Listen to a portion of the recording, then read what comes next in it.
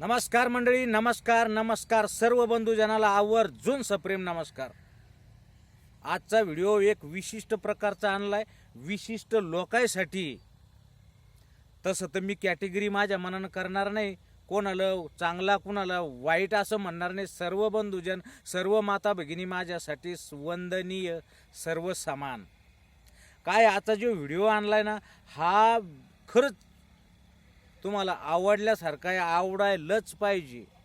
याच्यामध्ये मी जे सांगणार आहे ना, खूप काही माणसाच्या मनात असतं, तुमच्या बी मनात आहे, माझ्या बी मनात आहे.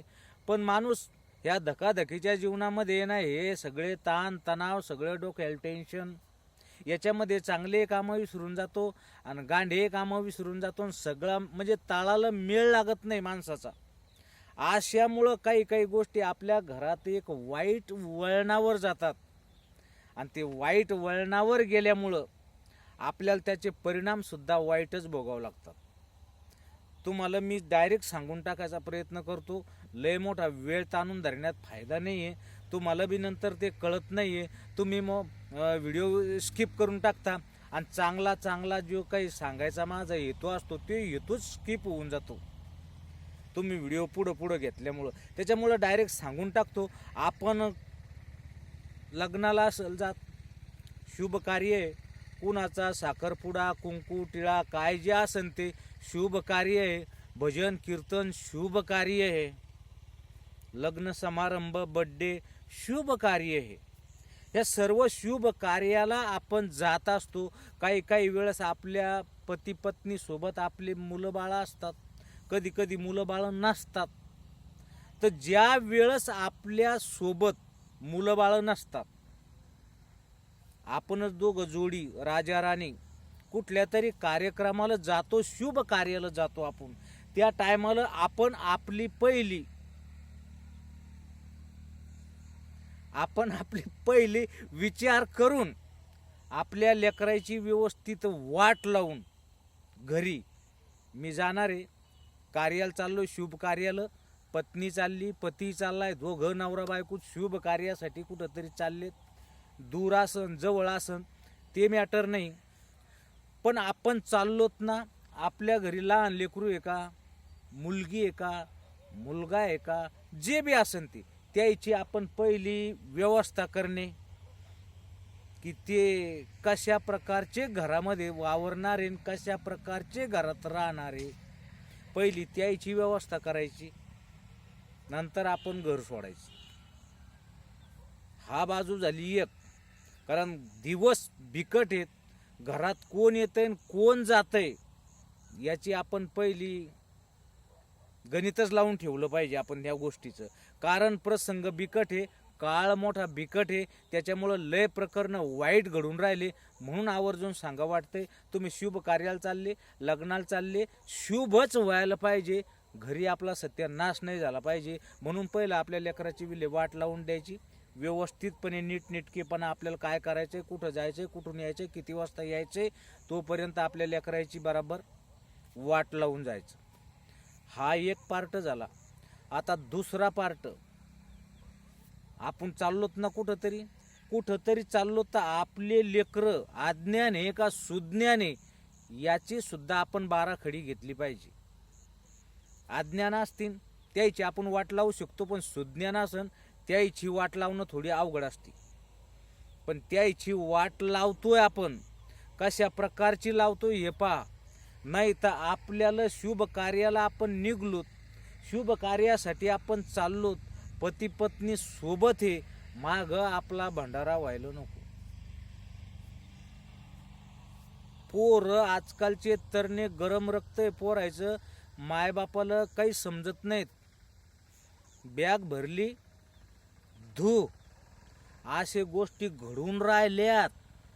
तुम्ही म्हणसान भाऊ, पण भाऊ म्हणून मा फायदा नाही, तुम्ही सतर्कता बाळगा. लय पोर आहे का नाही, आता फोन आला, मम्मी पप्पा बाहेर गेले, तितक्या टायमात भरून गिरून गोल, तोंड काळं व्हायचा टाईम आलेला आहे समाजामध्ये कितीक पालक मंडळीचा.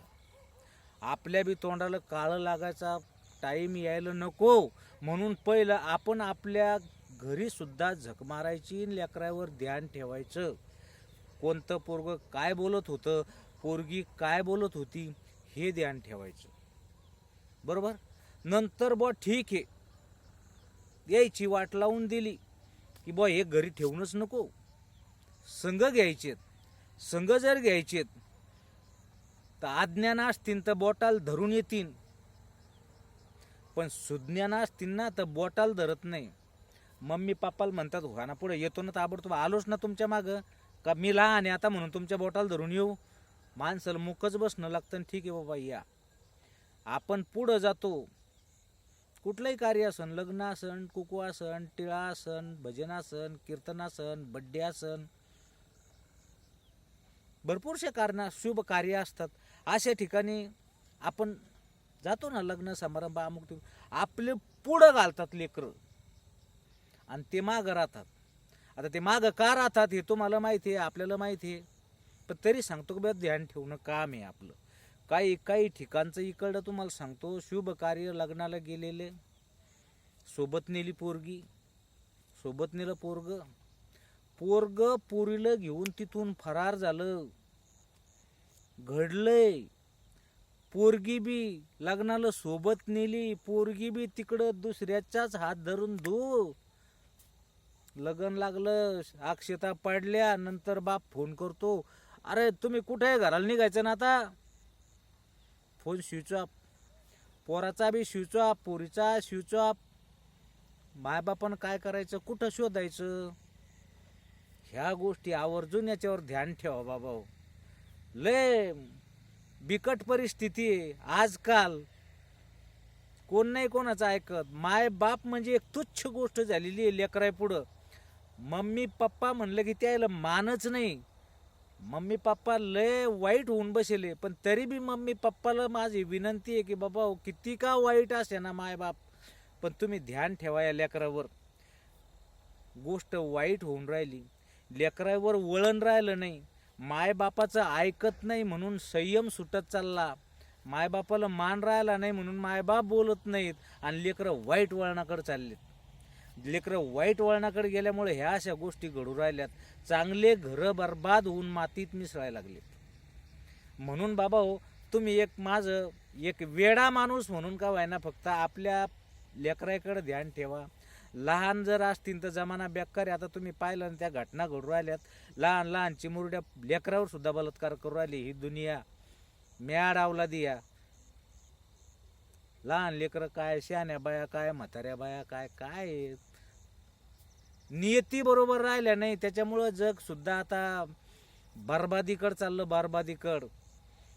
त्याच्यासाठी सांगतो, घरी लहान लेकरं असतील त्याला बी भीती आहे, शहाण्या मुली असतील त्याला बी भीती आहे, शहाणे पोरं असतील मोठाले मुलं आपले त्याला बी त्याच्यापासून आपल्याला भीती आहे.